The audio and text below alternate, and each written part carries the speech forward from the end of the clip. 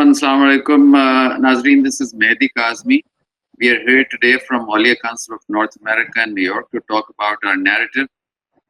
We are continuing the discussions that we've been having on the foundations of our faith. This is our 18th episode. We need to build everything we do at every level and in every institution on the moral foundations or ethical foundations of our faith. It's our duty to uphold these principles in our religion, in all walks of life, including politics, economics, our interpersonal relationships, and particularly in our spiritual and ethical realms. It's only built on ethics, and if you break these principles and don't consider them, we won't be able to progress at all, as has been evident from history. We've abandoned that approach, and there's been no progress, and or I would say there's been less progress than one would expect with such a strong philosophical and practical framework that we have in our religion, in our cultural entities, and in many walks of life. It's not about spiritual or religious growth. Instead, in addition, we have not only been left behind in scientific fields, but we've seen that this has given rise to conflicts in all regions where our cultures exist. Our religious leaders and our scholars and teachers are the ones leading us, and these principles apply to them also. Justice, empathy, truth-telling, equality, and what is called civility in English. Standing up for what's right means always being there and not stepping on anyone else's rights, not resorting to unethical tactics or changing your stance according to your needs, no matter what, as long as we are clearly on the side of justice and haqq, without bias at all levels. These things are all about ethical principles. Let's lay it loud and clear. Until we actually act on these, we will not be able to make any progress in any field. Today we have with us Maulana Sajidur Rahman Shabbar Misbahi Sahab, who has graduated from Jamia Arfia Sayyid Sarawah. He is one of the eminent scholars at this institution, my alma mater. Maulana Sajjad Sahab, let's continue our conversation.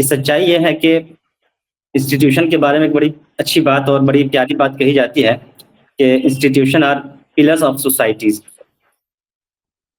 کسی بھی society اور کسی بھی معاشرے کا pillar, اس کا استحکام اور اس کی مضبوطی انسٹیٹیوشن سے ہی ہوا کرتی ہے. بلڈنگیں خوبصورت ہوں اور اچھے پارک ہوں، اچھی سہولیات ہوں، جدید ترین سہولیات ہوں، لیکن وہاں پہ انسٹیٹیوشن نہ ہو تو یوں سمجھ جائیے کہ ایسا ہی ہے کہ جیسے جسم ہو اور وہاں پہ روح کا گزر نہ ہو. تو جسم اگر ہو اور جسم کے ساتھ روح نہ ہو تو بغیر روح کے جسم کچھ دنوں تک تو تر و تازہ رہ سکتی ہے یا سلامت رہ سکتی ہے، لیکن کچھ دنوں کے بعد ہی جسم کہیں نہ کہیں سڑنا اور گلنا شروع ہو جاتا ہے. تو ایسے ہی انسٹیٹیوشن کا بھی ایک بنیادی رول ہے کسی بھی سوسائٹی اور کسی بھی معاشرے کی ترقی میں. لیکن اب یہ سوال پیدا ہوتا ہے کہ انسٹیٹیوشن کی ترقی اور اس کا استحکام کا راز کس چیز میں چھپا ہے، کس چیز میں پوشیدہ ہے. انالائسس کریں اگر آپ تو ہم سب اس نتیجے تک پہنچتے ہیں کہ کوئی بھی ادارے ہوں، خواہ وہ حکومتی ادارے ہوں یا غیر حکومتی ادارے ہوں، خانقاہیں ہوں، یہاں تک کہ مساجد ہوں، ان سب کی کامیابی اور ان سب کے استحکام کا راز صرف اور صرف اخلاق میں چھپا ہوا ہے، اخلاق میں پوشیدہ ہے. اگر مورالٹی نہ ہو، اسپریچولیٹی نہ ہو، اخلاقیات نہ ہو، یہ ادارے ایسے ہی ہوتے ہیں جیسے جسم بغیر روح کے ہوں. یہ اس کی ضرورت کیوں ہے اور کیوں اخلاقیات کا ہونا ضروری ہے ادارے کے اندر اور کسی بھی انسٹیٹیوشن کے اندر؟ کہ ظاہر سی بات ہے اگر یہ چیزیں ہوتی ہیں، اخلاقیات ہوتی ہیں، تو سماج میں، معاشرے میں ایک ٹرسٹ بلڈ اپ ہوتا ہے اس ادارے سے ریلیٹڈ. جب ٹرسٹ بلڈ اپ ہو تو پھر وہ ادارہ بڑی تیزی کے ساتھ ترقی کے راستے پر گامزن ہونا شروع ہو جاتا ہے. اس لیے اخلاقیات کا ہونا بھی ضروری ہے. اخلاقیات کا ہونا بہت بنیادی ضرورت ہے انسٹیٹیوشن کے لیے، ٹرسٹ بلڈ اپ. دوسری چیز یہ ہے کہ اگر یہ ہوں، یعنی اخلاقیات ہوں، تو پھر لانگ ٹرم سکسیس ادارے کو ملتا ہے. اگر اخلاقیات نہ ہوں تو کچھ دنوں کی چکا چوند کی وجہ سے ادارے تو ترقی کر جاتے ہیں، لیکن دھیرے دھیرے کہیں نہ کہیں اخلاقیات نہ ہونے کی وجہ سے وہ ادارے لانگ ٹرم سکسیس ہونے کے بجائے بہت تھوڑے عرصے میں زوال پذیر ہونے لگتے ہیں. اس لیے اخلاقیات کا ہونا بہت ضروری ہے. تیسری چیز یہ ہے کہ آپ سماج میں اس ادارے سے ریلیٹڈ ایک رسپیکٹ، ایک عزت اور ایک احترام برقرار رہتا ہے اور لوگ اس کو عزت اور احترام کی نگاہ سے دیکھتے ہیں اور اس کی ساکھ بھی رہتی ہے. جی جی اور اس کی ساکھ بھی رہتی ہے. جی جی اس کی ساکھ اس لیے اس کا ہونا بہت زیادہ ضروری ہو جاتا ہے. آپ دیکھیں کہ اس وقت جو بھی ادارے اس وقت ترقی پذیر ہیں، اس کے پیچھے کہیں نہ کہیں جو بنیادی چیز کار فرما ہوتی ہے نا، وہ مورالٹی ہے، اس کی اخلاقیات ہے. اچھا، اس کی اخلاقیات میں کیا کیا چیزیں آتی ہیں اس کا جاننا بھی ضروری ہے. سب سے پہلے چیز تو ہم یہ جان لیں کہ ٹرانسپیرنسی، کسی بھی ادارے کے اندر ٹرانسپیرنسی کا ہونا بہت بنیادی ضرورت ہوتی ہے. شفافیت ہونی چاہیے. اچھا، شفافیت صرف مالی اعتبار سے نہ ہو، بلکہ شفافیت علم، تحقیق، ہر لحاظ سے ہو. ہر ایک کو اپنی رائے رکھنے، ہر ایک کو اپنی تحقیق پیش کرنے کی مکمل آزادی حاصل ہو، تبھی وہ ادارہ ترقی کر پاتا ہے. اور اگر ایسا ہو کہ پرنسپل کا فرمان آ گیا، یا ایک پرنسپل کی ایک رائے ہے، یا کنوینر کی اپنی ایک رائے ہے، اس رائے کے خلاف آپ نہیں جا سکتے. مینجمنٹ کی حد تک تو یہ صحیح ہے، لیکن تحقیق اور ریسرچ کی حد تک ان چیزوں کا نفاذ کہیں نہ کہیں بہت زیادہ خطرناک ہے. کبھی ایسا ہوتا ہے نا کہ یہ ہماری رائے ہے، ہماری ریسرچ ہے، آپ اس کے خلاف نہیں جا سکتے، اس کے اگینسٹ نہیں جا سکتے، یہ کہیں نہ کہیں ٹرانسپیرنسی پر ایک طرز کا حملہ ہے، شفافیت پر حملہ ہے، تحقیقی آزادی پر حملہ ہے. تو یہ بنیادی ضرورت ہے کہ کوئی بھی انسٹیٹیوشن جو ترقی کی راہ پر جائے اس کے لیے یہ ضروری ہو جاتا ہے کہ اس کے اندر ٹرانسپیرنسی ہو، تحقیق کی آزادی ہو اور مالی شفافیت بھی ہو. جی بہت خوب. یہ آواز جا رہی ہے؟ جی بالکل آ گئی، معطل ہو گئی. اور یہ چیزیں جو ہے ایسا نہیں کہ صرف یونیورسٹیز یا کالجز کی حد تک ہونے چاہیے، بلکہ ہمارے مدارس، ہماری جامعات اور جو بھی بڑی بڑی یونیورسٹیاں ہیں ان تمام جگہ اس چیز کو اپلائی کرنا چاہیے. ہماری تنگ نظری اس وقت اس حد تک آ گئی ہے، اللہ معاف فرمائے، کہ جو ہمارے مدارس ہیں، جو بڑے اساتذہ ہیں، ان کی اپنی ایک الگ رائے ہوتی ہے یا ریسرچ ہوتی ہے مذہبی معاملات میں کوئی، تو کہیں نہ کہیں ان کے انڈر ریسرچ کرنے والے کو یہ اس رائے کے خلاف جانا یہ توہین سمجھتے ہیں کہ اساتذہ کی رائے کے خلاف آپ کیوں جا رہے ہیں. آپ کے جو منتظم ہیں یا آپ کے جو اساتذہ ہیں، معلم ہیں، ان کی ایک رائے ہے، ان کی ایک ریسرچ ہے، ان کے خلاف آپ جا رہے ہیں، گویا کہ آپ گستاخی کر رہے ہیں. اس طرح کا کانسیپٹ کہیں نہ کہیں پایا جاتا ہے. اس چیز سے ہمیں اوپر اٹھنے کی ضرورت ہوتی ہے. اس حوالے سے میں ایک مثال دے سکتا ہوں کہ ہم نے جو جامعہ عارفیہ میں دیکھا، وہاں کے اساتذہ ہوں یا طلبہ ہوں، طلبہ کو مکمل یہ اختیار اور یہ آزادی حاصل ہوتی ہے کہ آپ اپنے اساتذہ کے خلاف بھی اپنی رائے رکھ سکتے ہیں.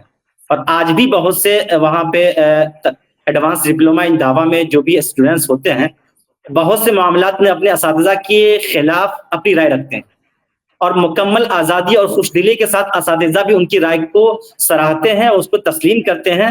اس کے باوجود آپس میں کوئی چپکلشی نہیں ہوتی ہے. تو یہ ایک اس طرح کی مثالیں ہیں. دیگر جامعات اور دیگر ادارے کو کہیں نہ کہیں اپنانے کی شدید ضرورت ہے. یہ تحقیقی آزادی بھی ہونی چاہیے ادارے کے اندر. دوسری چیز یہ ہے انٹیگریٹی، یعنی دیانتداری بھی ہونی چاہیے. اور یہ تو بہت بنیادی ضرورت ہے، یہ ہماری اسلامی تعلیم کا ایک حصہ ہے کہ کوئی بھی ادارہ ہو اگر اس کے یہاں دیانتداری نہیں ہے اور مساوات نہیں ہے تو اس کے پیچھے بہت سی مطلب خرابیاں جنم لے لیتی ہیں. تو ہمیں اسٹوڈنٹس ہوں یا طلبہ ہوں یا اساتذہ ہوں یا منتظمین ہوں، ہر ایک کے حوالے سے ایک دیانتداری کا رویہ اختیار کرنا چاہیے انسٹیٹیوشن کو. یہ اسلامی تعلیم بھی ہے اور یہ ہمارے آقا کریم صلی اللہ تعالیٰ علیہ وسلم کا فرمان عالی شان بھی ہے اس حوالے سے. تیسری چیز یہ ہے کہ جسٹس ہونا چاہیے، عدل. ادارے اسی وقت ترقی کرتے ہیں جب آپ اسٹوڈنٹس کے بیچ یا اساتذہ کے بیچ آپ عدل کو برقرار رکھیں. جس کا جو حق ہے اس کے حق کو آپ اپنانے کی کوشش کریں. عدل کا بہت واضح اور کانسیپٹ یہ ہے کہ عدل مینس جس کا جو حق ہے اس حق والے کو آپ حق ادا کر دیں. یہ عدل کا بنیادی کانسیپٹ. ایسا نہ ہو کہ اگر کوئی ہائی مارکس لا رہا ہے لیکن کسی اور ریلیجن سے ہے، کسی اور مذہب سے ہے، کسی اور مسلک سے ہے، تو آپ اس کو اس رینک پر نہ لا کر کے دوسرے رینک پر اس کو لا کر کے کھڑا کر دیں. یہ کہیں نہ کہیں عدل اور انصاف کا گلا گھونٹنا ہے. تو ادارے کو اس بات کا ہمیں خاص خیال رکھنا چاہیے. جو اسٹوڈنٹس جس لیول کا ہے، جس لائق ہے، اس کی حوصلہ افزائی کرتے ہوئے اس کو مزید ترقی کے راستے ہموار کرنے چاہیے. ایک چیز اور بھی آتی ہے اس حوالے سے کہ سروس ٹو ہیومینٹی، خدمت خلق کا جذبہ ہونا چاہیے ادارے کو. یہ جذبے کہیں نہ کہیں ماند پڑتے جا رہے ہیں آج کے ادارے کے اندر، آج کی انسٹیٹیوشن کے اندر. اب جو نئے نئے کالجز ہوں یا پھر اسکولس ہوں، میں تو اپنے انڈیا کی بات کروں گا، آپ کاظم صاحب امریکہ کی بات بہتر بتا سکتے ہیں. اس وقت جو انڈیا وغیرہ میں جو پرائیویٹ ادارے بن رہے ہیں، اسکولس وغیرہ، اس میں خدمت کے جذبے کم ہوتے ہیں اور کمرشل جذبہ زیادہ پروان چڑھ رہا ہوتا ہے. یہاں بھی اب ایسے ہی ہے. یہاں پہ تو صرف اسکولوں، کالجوں، یونیورسٹیز میں نہیں بلکہ ہر طرح کے ادارے جو ہیں، سیاسی، معاشی، سماجی، ان سب میں یہ ہے کہ کسی کی خدمت خلق، سروس ٹو ہیومینٹی، بلکہ ہیومینٹی کا بھی ذکر جو ہے وہ دانستہ کم کیا جائے. کم کیا بلکہ ان ساری چیزوں کو جو یہاں پہ 250-300 سال لگے ہیں جن کو بنانے میں، وہ توڑے جا رہے ہیں. جبکہ آپ دیکھیں خانقاہیں یہ سروس فار ہیومینٹی ہوا کرتی تھی، اور آج بھی ہیں بہت سی خانقاہیں.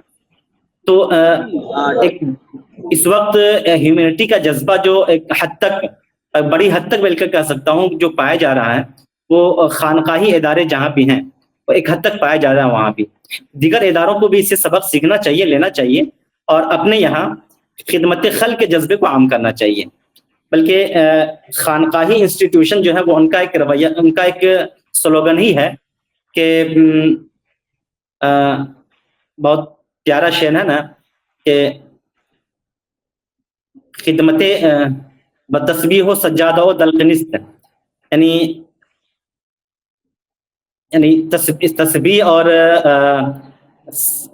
جانماز بچھا کر کے اللہ اللہ کرنا یہ اصل تصوف نہیں ہے. تصوف بجز خدمت خلق نیست. تصوف دراصل خدمت خلق کا ہی نام ہے. اگر خدمت خلق نہ ہو اور مخلوق کی خدمت کا جذبہ نہ ہو تو یہ اس کے اندر تصوف کی روح کہیں نہ کہیں باقی نہیں رہتی ہے. تو بہرحال یہ تو ایک الگ چیز ہے. بات یہ چل رہی تھی کہ ادارے اور انسٹیٹیوشن جو بھی ہیں ان کے اندر یہ چیزیں بحال ہونی چاہیے. خدمت خلق کا جذبہ ضرور ہونی چاہیے، تاکہ کیا ہو کہ ہر ایک کو تعلیم حاصل کرنے اور ہر ایک کو اپنا حق لینے کا مکمل حق اور مکمل ادھیکار حاصل ہو، چاہے وہ کسی بھی طرح کے انسٹیٹیوشن ہو. جیسا کہ آپ نے ابھی سر بتایا کہ وہ چاہے سیاسی انسٹیٹیوشن ہو یا معاشرتی ہو یا رفاہی ہو یا جو بھی NGOs کام کر رہی ہیں یا جو بھی تعلیمی فیلڈ میں کام کر رہے ہیں، سب کے اندر خدمت خلق کا جذبہ عام ہونا چاہیے. اور آخری چیز جو میں اس حوالے سے کوٹ کروں گا وہ یہ کہ ہے وہ ہے خلوص. سب سے بنیادی ضرورت ادارے کے لیے. اگر آپ کا کام اخلاص کے ساتھ نہیں ہے، اخلاص مینس یعنی اپنے گاڈ، اپنے رب اور اپنے رب کی رضا کی خاطر اگر وہ کام نہیں کر رہے ہیں تو گویا وہ کام اس کا کریڈٹ آپ دنیا میں تو لے سکتے ہیں لیکن آخرت میں اس کا کوئی اجر ملنے والا نہیں. تو اسی کام کے پیچھے اگر آپ نے اخلاص کو شامل کر لیا نا تو یہ کام ہمارا دنیا میں بھی ہمیں زندہ رکھے گا اور آخرت میں بھی اس کا ایک بہترین بینیفٹ ہمیں انشاءاللہ ملنے کی امید ہے. تو کوئی بھی انسٹیٹیوشن ہو، ہمیں اپنے کام میں اخلاص کا مظاہرہ ضرور کرنا چاہیے. اب اس حوالے سے ذرا اسلامک پروسپیکٹس سے ہم دیکھیں تو سب سے پہلے جو اسلامی ادارہ قائم کیا تھا پیغمبر اعظم صلی اللہ تعالی وسلم نے مسجد نبوی میں صفہ کی شکل میں. تو وہاں اگر آپ دیکھیں تو یہ ساری چیزیں مسجد نبوی کے مدرسہ صفہ کے اندر ساری چیزیں موجود تھیں. ٹرانسپیرنسی ہو یا پھر انٹیگریٹی ہو، جسٹس ہو، سروس فار ہیومینٹی ہو، یا پھر یہ کہ اخلاص ہو، خلوص ہو. یہ ساری چیزیں وہاں کے طلباء میں بھی موجود تھیں اور وہاں کے رول اور ریگولیشن کا ایک بنیادی حصہ تھی. تو جو بھی ادارے ہیں ان اداروں کو کہیں نہ کہیں ادارہ صفہ سے ایک سبق اور لرن کرنے کی ضرورت ہے، سیکھنے کی ضرورت ہے کہ کیسے ہم ادارے کو، اپنے انسٹیٹیوشن کو کامیابی کی طرف اور لانگ ٹرم سکسیس ہونے کی طرف ہم بڑھا سکتے ہیں. اس کے لیے صفہ ادارے کو اپنا آئیڈیل بنانے کی شدید ضرورت ہے. میری اپنی رائے ہے اس حوالے سے. اس کے بعد ایک چیز یہ بھی رہ جاتی ہے کہ کوئی بھی ادارہ ہو اگر اس کے اندر ٹرسٹ نہیں ہے، یعنی سچائی نہیں ہے، یقین، ٹرسٹ بھی اور سچائی بھی اور جسٹس بھی اور مطلب اتحاد بھی، تو وہ ادارے کچھ ہی دنوں کے بعد زوال پذیر ہونا شروع ہو جاتے ہیں. تو جب بھی ہمارے کوئی ادارے قائم ہوں تو اس میں ان پہلوؤں کو خاص طور پر جگہ دینے کی شدید ضرورت ہے. جب یہ چیزیں اگر ہوں گی تو وہ ادارہ لانگ ٹرم سکسیس کی طرف بڑھتا چلا جاتا ہے.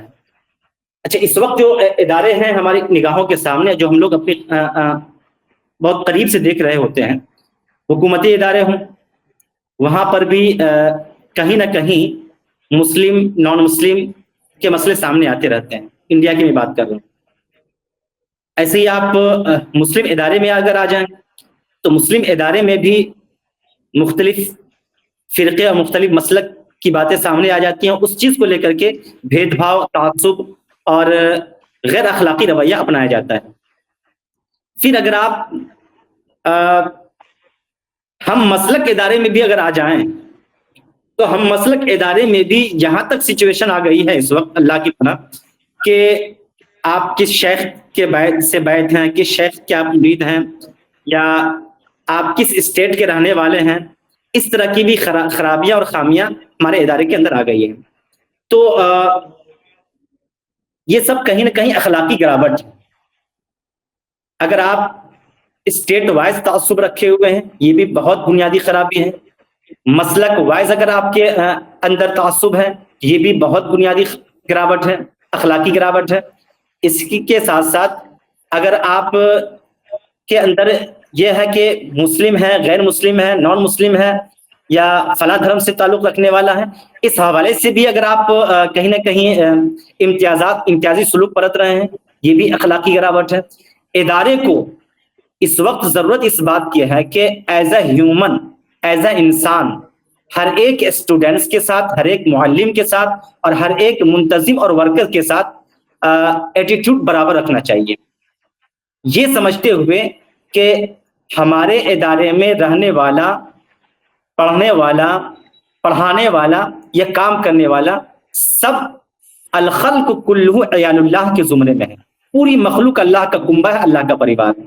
سارے ادارے کو اس کانسیپٹ کے تحت کام کرنا چاہیے کہ جو بھی ہمارے ادارے میں ہے سب اللہ کا پریوار ہے, اللہ کی مخلوق ہے. کوئی ایسی مخلوق نہیں, کوئی ایسا بندہ نہیں ہے جو اللہ کی مخلوق سے باہر ہو, اللہ کی خلقت سے باہر ہو. جب سب اللہ کی مخلوق ہے تو اللہ کے نبی کا کیا ارشاد ہے, خیر الناس من ینفع الناس, لوگوں میں بہترین انسان وہ ہے جو انسانیت کو فائدہ پہنچانے والا ہو.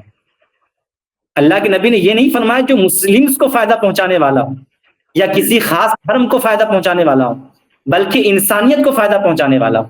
تو اگر اللہ رب العزت نے ہمیں ادارے کے منتظم کی حیثیت سے ایک ذمہ داری دی ہے تو ہمیں اس جذبے کے ساتھ آگے بڑھنے کی ضرورت ہے کہ ہم ہمارے ادارے میں پروان چڑھنے والے اساتذہ ہوں یا پروان چڑھنے والے طلبہ ہوں یا پڑھانے والے اساتذہ ہوں, ہم سب کے ساتھ ایز اے انسان یکساں سلوک رکھیں اور ان کے ساتھ وہ برتاؤ کریں جن کا انہیں حق حاصل ہے. تو یہ تو چند باتیں تھی.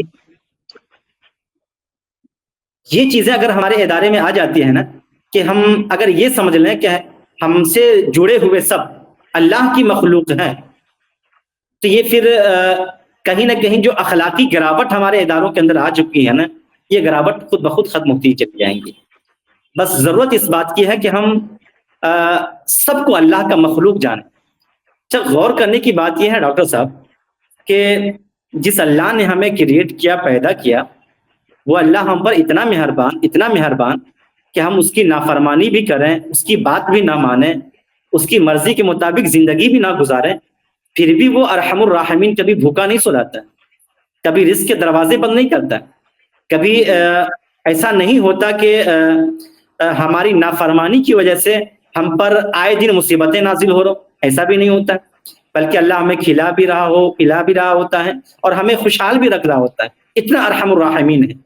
تو جب اللہ رب العزت ہمارا کریٹر ہے, اس کی نافرمانی کے باوجود وہ ہم پر اتنا مہربان ہے, تو اس کی رحیمی کی ایک جھلک تو ہمارے اداروں کے اندر آنی چاہیے نا, اس کی رحیمی کی جھلک تو ہم انسانوں کے اندر آنی چاہیے نا, کہ ہمارے انڈر میں جو لوگ ہیں اس کے لیے ہم مرسی ہو جائیں, اس کے لیے ہم انصاف کا پیمانہ دینے والے بن جائیں, اس کے لیے ہم عدل, انصاف, برابری اور مساوات کے ترازو کو قائم کرنے والے بن جائیں. یہ حوصلہ اور یہ جذبہ کہیں نہ کہیں ہمیں اپنے اندر پیدا کرنے کی شدید ترین ضرورت ہے. جی, آپ نے بہت اچھا بیان دیا. اس کو ہم تھوڑا سا آپ کی گفتگو کو سمیٹ لیں ساجد بھائی. تو ایک تو ادارے جو ہیں اس کا بالکل کلیئر ہونا چاہیے کہ ہر انسان خود ایک ادارہ ہے, اور دوسرے زندگی کے ہر شعبے میں جو ہے وہ ادارہ ہے, چاہے آپ حکومت سے کے لیول سے لے کے اپنے اسکول, کالج, معاشی ادارے, نجی ادارے, کمپنیاں, جو بھی جس بھی فیلڈ میں آپ دیکھیں اس میں ایک ادارے کا کانسیپٹ ہے. اور آپ نے ہمیں یہ بھی بتایا کہ یہ جو اچھے اصول آپ نے اخلاقیات کے جو ہمیں دیے، اس میں انصاف ہے، انٹیگریٹی ہے، خلوص ہے، مرسی ہے، ٹرانسپیرنسی ہے، یہ جب تک ہم ان کو اپنی ڈیوٹی ٹو گاڈ اگر نہیں سمجھیں گے تو ان کے اوپر ہم عمل بھی نہیں کر سکیں گے، انفرادی اور ادارے کے لیول کے اوپر۔ تو تیسری بات آپ نے ہمیں یہ بتائی کہ اس کو ہم صرف اپنی ایک ڈیوٹی نہ سمجھ کے نہ کریں کہ ہم بھائی اس سے ہمیں پروگریس ہوگی، اس سے ہمیں فائدہ ہوگا، بلکہ ہمیں یوم آخرت پہ اکاؤنٹیبلٹی بھی ہے، اور وہ اکاؤنٹیبلٹی جب تک ہم اپنے ذہن اور اپنے دل میں نہیں رکھیں گے کہ ہم اپنے اعمال کے لیے ان ایتھیکل ہونے کی وجہ سے ہم وہاں پہ ہماری پوجیگت جو ہے وہ اس دنیا میں بھی ہوگی اور یوم آخرت میں۔ ایک بات ہم اور اس ضمن میں کہنا چاہیں گے کہ اخلاقیات جو ہے یہ ہمارے ہر شعبے کا بیسس ہے۔ جیسے ایک اگر آپ کو مثال کے طور پر جیسے ہمارے لیڈر ہوتے ہیں، سیاسی لیڈر ہیں، معاشی لیڈر ہیں، یہ جو بھی اپنا موقف بیان کر رہے ہوتے ہیں یا جو ان کا جو ایک جو وہ ہمیں دینا چاہتے ہیں یا ہم سے لینا چاہتے ہیں، اس میں ایک ٹرانزیکشنل ایٹیٹیوڈ ہوتا ہے، ٹرانزیکشنل اس کی بیسس ہوتی ہے۔ تو اس ٹرانزیکشن میں بھی جب تک آپ ایک ایتھیکل پرنسپلس کے ساتھ نہ کریں تو نہ تو وہ افیکٹو نہیں ہوگا، جیسے آپ نے فرمایا کہ وہ شارٹ ٹرم گین ہوگا، اس کا لانگ ٹرم گین نہیں ہوگا، اور لانگ لاسٹنگ گین کے لیے اس کے ایتھیکل پرنسپلس پر جو بھی جس بھی بات کو آپ کر رہے ہیں یا جو بھی آپ بھیج رہے ہیں وہ اس کے اوپر یہ ایتھیکل پرنسپلس نہ ہو تو وہ نہ آپ کا فائدہ ہوگا نہ سماج کا فائدہ ہوگا، اور یہ لاسٹنگ چیز ہے۔ صحیح، یہ بات بڑی اچھی کہی آپ نے کہ جو بھی ہماری رائے ہو یا ہماری تحقیق ہو تو دوسرے اگر ہم سے اختلاف رائے کر بھی رہے ہیں پھر بھی کہیں نہ کہیں وہاں پہ ہمیں اپنے اخلاقی پہلو کو غالب رکھنا چاہیے۔ لیکن یہ چیزیں خاص طور سے میں اپنے اہل مدارس سے گزارش کروں گا کہ ان چیزوں کو اپنے مدارس میں فروغ دینے کی ضرورت ہے۔ کبھی ایسا ہوتا ہے اور بلکہ اکثر ایسا ہوتا ہے کہ ہم نے کسی کے رائے سے اختلاف کیا، چاہے وہ فروعی مسائل میں ہوں یا پھر یہ کہ فروعی عقائد والے مسائل میں ہوں، تو اس بنیاد پر بہت ہی سخت حکم لگا کر کے انہیں سائڈ کر دیا جاتا ہے۔ اس اینگل سے میں بات کروں، مذہبی اینگل سے اگر تو ہمیں سوچنے کی یہاں پہ شدید ضرورت ہے کہ ہماری ایک رائے کبھی بھی نص کا درجہ نہیں رکھتی ہے۔ رائے کا مطلب یہ ہوتا ہے کہ ریسرچ کا مطلب یہ ہوتا ہے کہ اس میں خطا کا امکان ہے، غلطی کا امکان ہے۔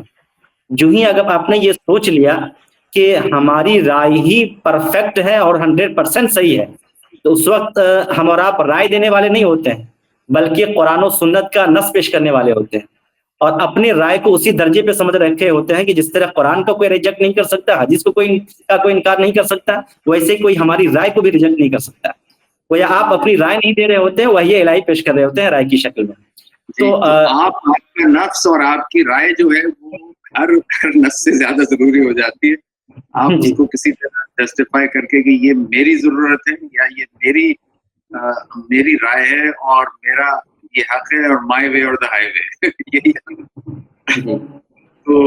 یہی تو یہ بہت بڑی بیماری، یہ ایک کینسر ہے جو ہمیں ہر جگہ نظر آتا ہے۔ اگر ہم گستاخی کسی کو نہیں کرنا چاہتے، لیکن حد تو یہ ہو گئی ہے کہ ہماری جو جورسپروڈنس ہے اس میں بھی ایک ان ایتھیکل رنگ نظر آنے لگا ہے کہ جس قانون کو ہم لاگو کرنا چاہتے ہیں یا جس کی ہم قوت اور اسٹرینتھ بتانا چاہتے ہیں، اس کو ہم کسی نہ کسی طرح ایتھیکل پرنسپل پر کمپرومائز کرتے ہوئے اس کو جو ہے وہ ہم جسٹیفائی کرتے ہیں۔ تو اس سے آپ کا تو بڑک پن ضرور، آپ کا انٹلیکچوئل بڑک پن بھی ظاہر ہو جاتا ہے، لیکن اس کا فائدہ نہ آپ کو ہوگا نہ سماج کو ہوگا, کسی اور کو بھی نہیں. صحیح. اسی کے ساتھ ساجد بھائی اختتام کرتے ہیں گفتگو کا. بہت ہی آپ نے ایک انٹلیکچوئل اور سادہ لیول کے اوپر آپ نے اس بات کو, اس ٹاپک کو سمجھایا. شکریہ بہت بہت. انشاءاللہ آپ کو پھر تکلیف دیں گے ہم قریب, اور اسی گفتگو کو آگے بڑھائیں گے. شکریہ بہت بہت. بہت شکریہ.